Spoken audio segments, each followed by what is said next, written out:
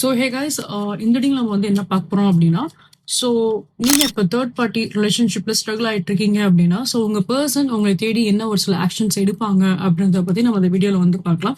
So before starting the reading, so guys please to like, share, subscribe, please do support.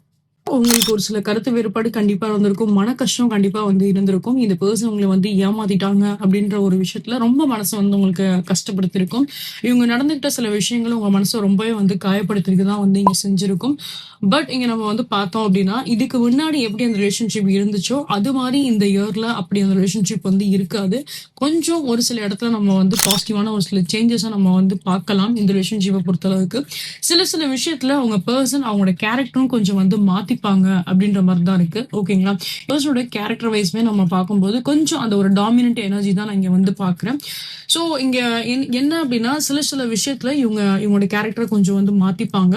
பாஸ்ட்ல இவங்க வந்து தான் என்ன பண்ணாலும் அது மட்டும்தான் சரி அப்படின்ற அந்த ஒரு மனநிலைமையில மட்டும்தான் இருந்திருப்பாங்க. எந்த ஒரு விஷயத்தையும் இதை மாத்திக்கோ அப்படின்னு சொன்னா அது எதுவுமே மாத்திக்கிறதுக்கு அவங்க ரெடியாவே இருந்திருக்க மாட்டாங்க. எதிர அவங்க ஒரு மேல் பர்சனா இருக்கட்டும், ஒரு ஃபீமேல் பர்சனா இருக்கட்டும். ஸோ அதை நீங்க இதை வந்து மாத்திக்கோ, இதை மாத்தினா நீ நல்லா இருக்கும் அப்படின்னு சொன்னா கூட அதை அவங்க வந்து ஏத்துக்க மாட்டாங்க. ஸோ அவங்களை பொறுத்த அளவுக்கு என்ன அப்படின்னா, மை லைஃப் மை ரூல்ஸ் அப்படின்ற அந்த மைண்ட் செட்ல மட்டும்தான் வந்து இருந்திருப்பாங்க. ஸோ அப்படி இருக்கிற பட்சத்துல அவங்களோட சில பிஹேவியர்னால என்னவோ உங்களுக்கும் சரி இந்த கனெக்ஷன்ல பொதுவாகவே ஒரு சில விரிசல் வந்து ஏற்பட்டிருக்கும். கம்ப்ளீட்டா அந்த ஒரு செப்பரேஷனா இருக்கட்டும், கம்ப்ளீட்டா அந்த ஒரு நோ கனெக்டா இருக்கட்டும், அந்த ஒரு சிச்சுவேஷன் தான் நான் இங்க வந்து பாக்குறேன். பொதுவாகவே இந்த பர்சனோட கேரக்டர் எதுவா இருந்தாலும் உங்களுக்கு இந்த பர்சனை ரொம்ப வந்து பிடிச்சிருக்கு அப்படின்றனால நீங்க எல்லா விஷயத்தையும் வந்து தாங்கிக்கிறீங்க அப்படின்னு தான் நான் சொல்லுவேன். எல்லாத்தையும் நீங்க வந்து டாலரேட் பண்ணிக்கிறீங்க. பட் ஃபியூச்சர் ஆஃப் ரிலேஷன்ஷிப் நம்ம வந்து பார்த்தோம் அப்படின்னா, திருப்பி இந்த பர்சன் கிட்ட வந்து உங்களுக்கு ஒரு கம்யூனிகேஷன் கண்டிப்பா வரும். அண்ட் மேக்ஸிமம் ஒரு சில பேருக்கு ஒரு 2 monthsக்கு அப்புறம் கூட, ஒரு சில பேருக்கு ஒரு ஜூன் ஜூலை டைம் பீரியட்னா ஒரு 2 months ஆஃப் டைம் பீரியட்ல நம்ம வந்து இந்த வீடியோ நீங்க எப்ப பாக்குறீங்களோ அதுல இருந்து ஒரு 2 months ஆஃப் டைம்ல எப்பனாலுமே இந்த பர்சனோட சைட்ல இருந்து ஒரு சில கன்வர்ஷன் உங்களுக்கு வரலாம்.